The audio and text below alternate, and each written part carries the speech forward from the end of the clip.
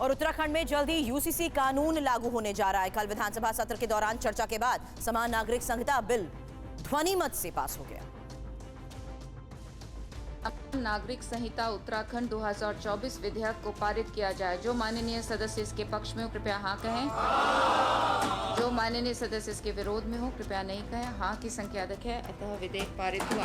इसी के साथ उत्तराखंड समान कानून पारित करने वाला देश का पहला राज्य बन गया है। प्रस्ताव पारित होने से पहले बिल पर सीएम पुष्कर सिंह धामी ने कहा कि हमारे संविधान निर्माताओं ने जो सपना देखा था वो जमीन पर उतरकर हकीकत बनने जा रहा है।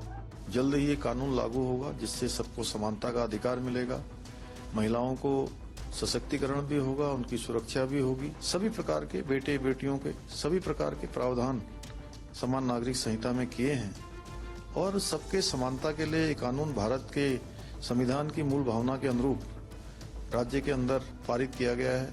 यूसीसी बिल पास होने के बाद अब इसे राज्यपाल के पास भेजा जाएगा। राज्यपाल के दस्तखत होते ही ये कानून बन जाएगा। समान नागरिक संहिता बिल पास होते ही विरोध शुरू हो गया है। इतनी अच्छी चीज थी तो बजाय श्री पुष्कर सिंह धामी जी के इसको श्री आदरणीय अमित शाह जी लेकर के आते।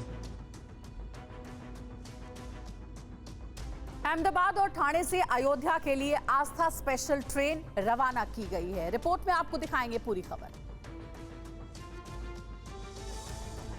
गुजरात के साबरमती से मुख्यमंत्री भूपेंद्र पटेल ने हरी झंडी दिखाकर आस्था स्पेशल ट्रेन को रवाना किया। ट्रेन साबरमती से अयोध्या के लिए रवाना हुई। ट्रेन में सवार हजारों भक्त रामलला के दर्शन को लेकर बहुत उत्साही दिखे।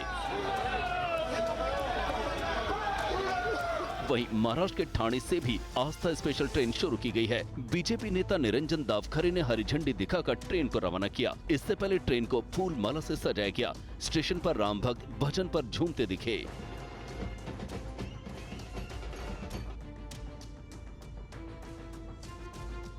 और बड़ी खबर है, दिल्ली जल बोर्ड घोटाला मामले में ईडी की सर्चिंग। 1,97,00,000 कीमत के सामान जब्त किए गए। 4 लाख रुपए की फॉरेन करेंसी भी जब्त हुई है।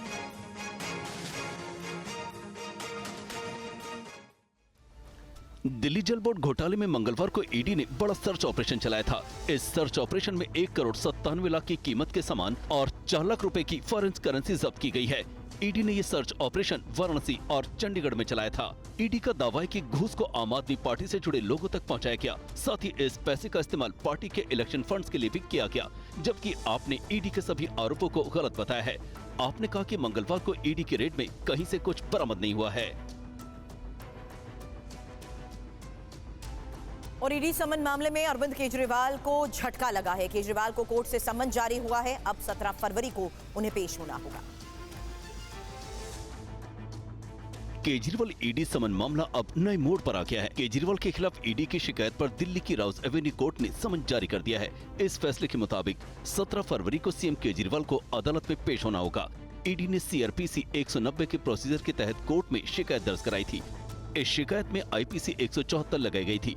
दलील दी गई थी कि पब्लिक सर्वेंट होते हुए भी केजरीवाल लगातार सरकारी आदेश की अवहेलना कर रहे हैं।